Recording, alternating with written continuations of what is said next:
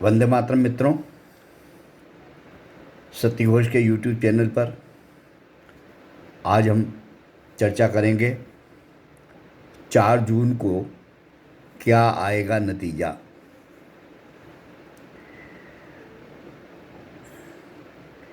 इस विषय पर आज मैं अपनी बात नहीं कहूँगा,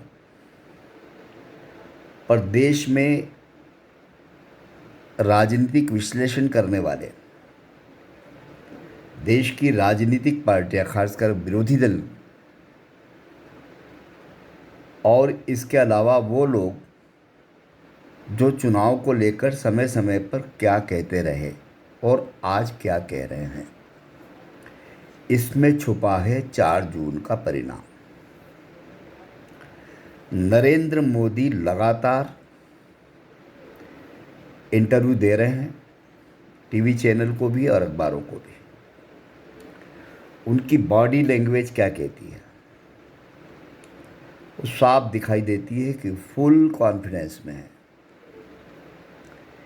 इसके उलट राजनीतिक दलों के चेहरे,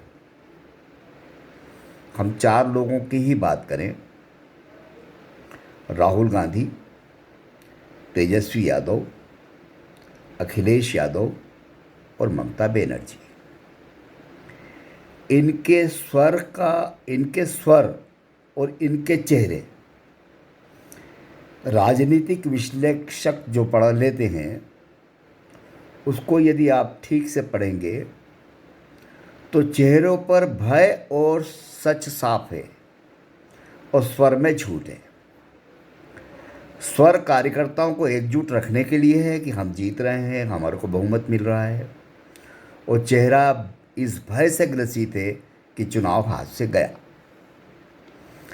यही बात उन लोगों के चेहरे पर भी दिखाई देगी जो टीवी चैनलों पर आते हैं, पत्रकार, विश्लेषक, लेखक, ओपिनियन पोल और एग्जिट पोल करने वाले।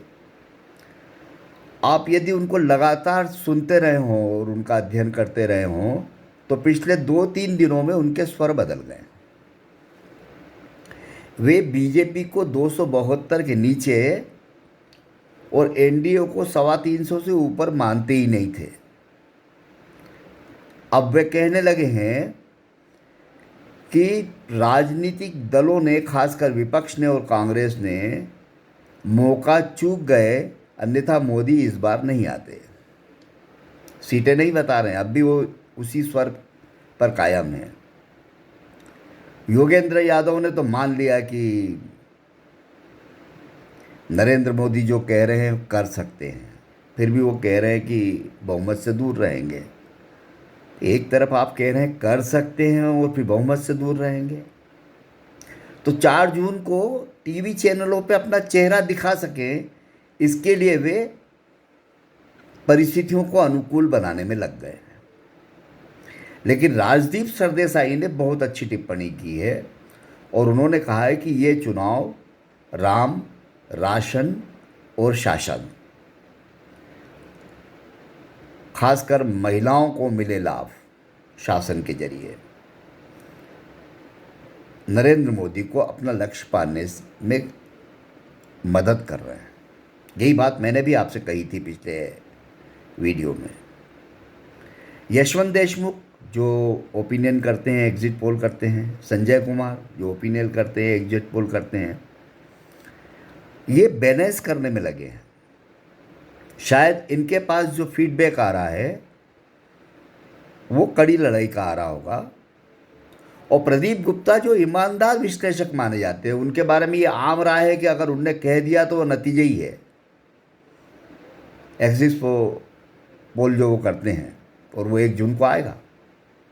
उनका यह कहना है कि मैं अपने काम के प्रति ईमानदार हूँ, मैं नहीं कहूँगा। लेकिन पिछले 1 महीने से जब से वे टीवी चैनलों पर आकर अपनी बात कह रहे थे, वे ये बता रहे थे कि नरेंद्र मोदी ने विपक्ष को किस तरह घेरा और अपने ट्रैप में लिया। और आज भी छठे दौर के मतदान के दौरान भी वे ये बात कह रहे हैं कि इस दौर में भी नरेंद्र मोदी के ट्रैप में विपक्ष फंसा हुआ है। तो महिला, राशन, राम, ये 3 तत्व जो हैं इस 2024 लोकसभा चुनाव के परिणाम के सूचक हैं। और मैं इन सब की बात सुनने के बाद, इनके निष्कर्ष के बाद इस मत पर पहुंचा हूं कि यदि आंकड़ा बताया जाए तो 2019 का परिणाम तो रिपीट होने वाला है। और 303 भाजपा को जो पिछली बार आई थी उसमें वो अपनी सीटों की वृद्धि करेगी और एनडीए को जो 350 से ऊपर सीटें आई थी उसमें वृद्धि करेगी। तो कुल मिलाकर ये हुआ कि नरेंद्र मोदी ने लोकसभा में जो दावा किया था उस लक्ष्य तक न भी पहुँचे पर उसके करीब पहुँचेंगे, ये तय है।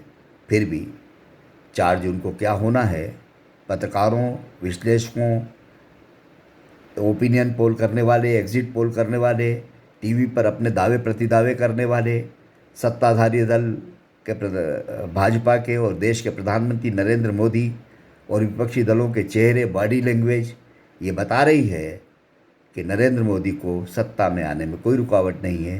परिणाम 4 जून को ही आएंगे। इस विषय पर आज इतना ही। अगले एपिसोड में हम फिर कोई और विषय पर चर्चा करेंगे। धन्यवाद। जय हिंद। आप सब सब्सक्राइब कीजिए, लाइक कीजिए, शेयर कीजिए, सहयोग कीजिए और अपने मित्रों को भेजिए। धन्यवाद। जय हिंद।